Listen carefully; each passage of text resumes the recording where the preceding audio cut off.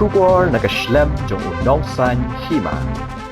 UMLA ke NPP na Mawkynrew Constituency ba Banteidor lingdo ula Phah da ke Kurim ke kong Amanda Anet Pakintan Iakhun yak election MDC na kaseng NPP siya ka yingdor bar ke Khasi Hills Autonomous District Council kabanlong ha ubanay rempang arhajar arpusan.